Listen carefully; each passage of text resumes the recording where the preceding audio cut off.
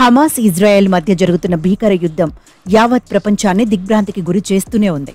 తప్పొప్పుల మాట అటుంచితే ఇరు సైన్యాలు చేస్తున్న పనులతో మానవత్వం మంటగలుస్తోంది. దీనిపై ఆవేదన వ్యక్తం చేసింది ఐక్యరాజ్యసమితి. మహిళలపై లైంగిక ఆకృత్యాలతో హమాస్ ఉగ్రవాదులు రాక్షసత్వం చాటుకుంటే గాజాలో పురుషులు, బాలురే టార్గెట్గా ఇజ్రాయెల్ సేనలు మానవత్వంపైనే దాడి చేశాయని, పాలస్తీనా సంపూర్ణ వినాశనానికి ప్రయత్నించాయని ఐక్యరాజ్యసమితి పేర్కొంది. ఇరు వర్గాలు యుద్ధ నేరాలకు పాల్పడ్డాయని ఆగ్రహం వ్యక్తం చేసింది. గత ఏడాది అక్టోబర్ 7న ఇజ్రాయెల్పై హమాస్ ఉగ్రవాదులు పాలస్తీనాలోని సాయుధ మూకల దాడితో మొదలైన యుద్ధంపై ఐక్యరాజ్యసమితి స్వతంత్ర దర్యాప్తు సంఘం లోతుగా విచారణ జరిపి 2 వేర్వేరు నివేదిక అందజేసింది.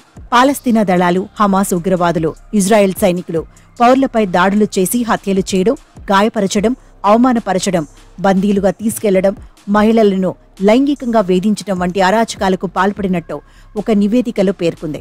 ఇవన్నీ యుద్ధ నేరాలేనని అంతర్జాతీయ మానవత్వ చట్టం, అంతర్జాతీయ మానవ హక్కుల చట్టం నిబంధనలను హమాస్ అతిక్రమించిందని స్పష్టం చేసింది. హమాస్ ఉగ్రవాదులు ఇజ్రాయెల్లో ప్రవేశించి నరమేధం సృష్టించినప్పుడు మృతదేహాలను రూపురేఖలు లేకుండా నాశనం చేశారని, ముఖ్యంగా మహిళల భౌతిక కాయాల విషయంలో మరీ దారుణంగా వ్యవహరించారని తెలిపింది. చనిపోయిన మహిళల దుస్తులను, వారి శరీర భాగాలను తొలగించటం, తగులబెట్టడం వంటి అకృత్యాలకు ఆధారాలు లభించినట్టు వివరించింది. మహిళలను అపహరించిన సమయంలో అమానుషంగా వ్యవహరించారని, వారి మృతదేహాలను విజయ చిహ్నాలుగా, ట్రోఫీలుగా ప్రదర్శించారని పేర్కొంది. చాలా మంది పిల్లల ముందే వారి బంధువులను హత్య చేశారని, ప్రచారం కోసం వీటన్నింటినీ వీడియోలుగా తీశారని కమిషన్ తన నివేదికలో పేర్కొంది. పిల్లలను కిడ్నాప్ చేయడంపై దృష్టి పెట్టారని తెలిపింది. మరోవైపు ఇజ్రాయెల్ కూడా ఐహెచ్ఆర్ఎల్లను ఉల్లంఘించిందని మరో నివేదికలో పేర్కొంది.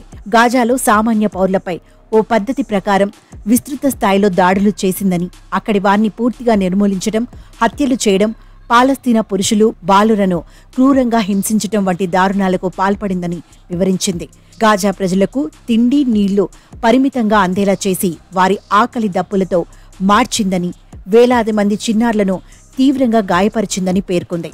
అలాగే తన పౌరులను కాపాడుకోవడంలో ఇజ్రాయెల్ అన్ని విధాలుగా విఫలమైందని విమర్శించింది. ముఖ్యంగా దక్షిణ ఇజ్రాయెల్లో ప్రజలను ఏ రూపంలోనూ ఆదుకోలేదని పేర్కొంది. బాధితులతో మాట్లాడేందుకు ఇజ్రాయెల్ అనుమతి ఇవ్వకపోవడంతో టర్కీ, ఈజిప్ట్, ఇతర ప్రాంతాల్లో ఉన్న వారిని సంప్రదించి సమాచారం సేకరించింది. ఫోరెన్సిక్ నివేదికలు, ఉపగ్రహ చిత్రాల ఆధారంగా కొన్ని ఆరోపణలను నిర్ధారించుకుంది. ఐక్యరాజ్యసమితి కమిషన్కు ఇజ్రాయెల్ అన్ని విధాలుగా ఆటంకాలు కలిగించిందని తెలిపింది.